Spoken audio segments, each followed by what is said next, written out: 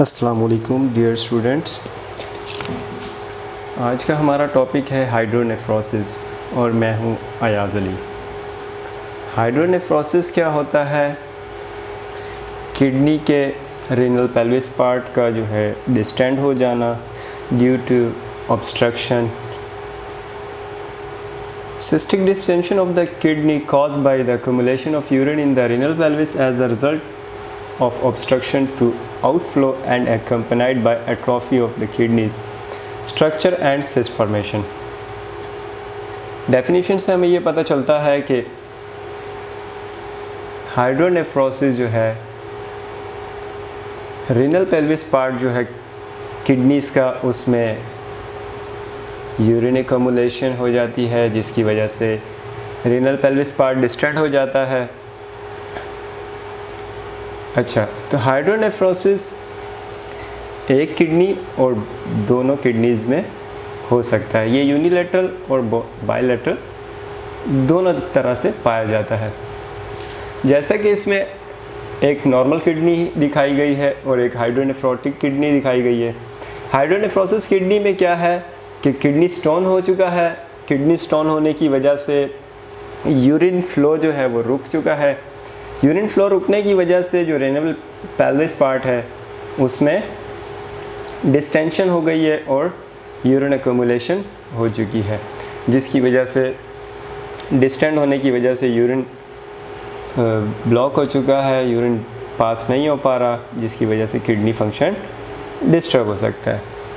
इसमें देख रहे हैं ये कॉम्प्लिकेटेड पार्ट है। कॉम्प्लिकेशन जब बढ़ जाती है तो ये कंडीशन हो सकती है। इसके हम कॉजेज़ की बात करते हैं। कॉजेज़ इंट्रिंसिक कॉजेज़ भी हो सकते हैं एंड एक्सट्रिंसिक कॉजेज़ भी हो सकते हैं और फंक्शनल कॉजेज़ भी हो सकते हैं। इसके पार्ट्स की हम अगर बात करें तो यूरेटर पार्ट जो है उसके इंट्रिंसिक कॉजेज़ क्या क्या हो सकती हैं?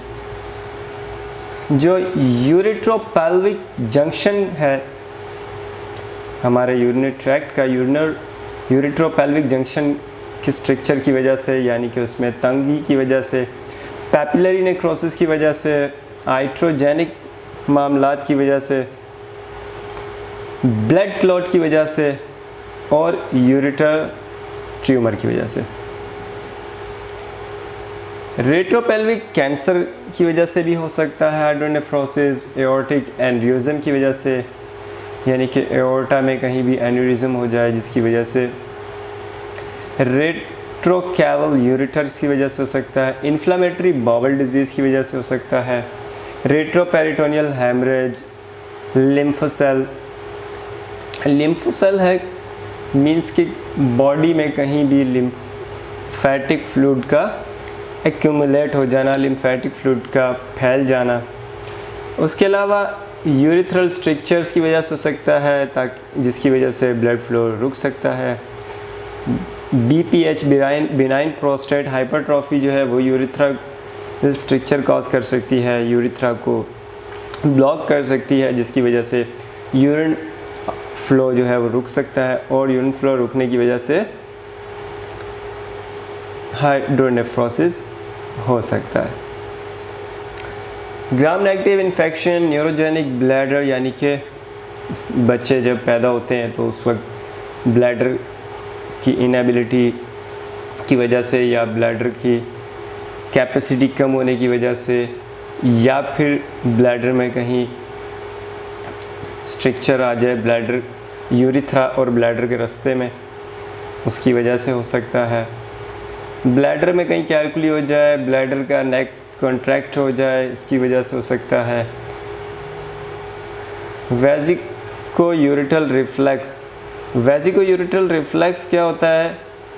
जिसमें यूरिन जो है प्रॉपर पाथवे में नहीं जाता और वो रॉन्ग वे में चला जाता है, जिसकी वजह से कॉम्प्लिकेशंस पैदा हो सकती हैं। ये मोस्टली इन्फेंट्स में पाया जाता है।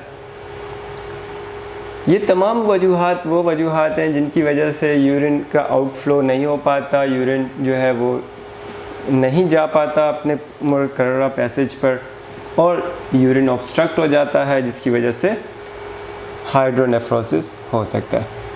अगर हम पैथोफिजियोलॉजी की बात करें तो पैथोफिजियोलॉजी में वही आ जाता है कि फंक्शनल प्रोसेस इंटरप्ट होने की वजह से यूरिन फ्लो इंटरप्ट हो जाता है, जिसकी वजह से यूरिथ्रल प्रेशर बढ़ जाएगा। उसके बाद रीनल ब्लड फ्लो कम हो जाएगा और ग्लोमेरुलर फिल्ट्रेशन रेट भी कम हो जाएगा। इसके बाद सिस्टिक डिस्प्लेजिया हो जाएगा, यानी कि सिस्ट फॉर्मेशन हो सकती है और हाइड्रोनेफ्रोसिस हो जाएगा।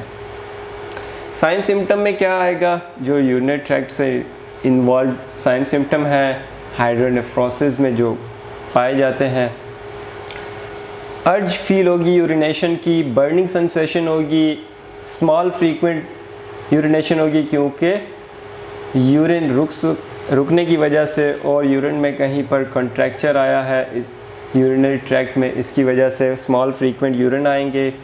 यूरिन क्लाउडी भी हो सकता है, फीवर आ सकता है क्योंकि यूरिन जब रुका रहेगा तो वो इन्फ्लेम कर सकता है, जिसकी वजह से फीवर हो सकता है। पेन होगा, फ्लैंक यानी कि जो कमर का नीचे और एब्डोमेन और बैक के दरमियान जो हिस्सा है वहाँ पर पेन हो सकता है, या एब्डोमेन पेन भी पेशेंट बता सकता है। इसको ग्रेडिंग में किया गया है, 3 तरह से इसको ग्रेड पहले किया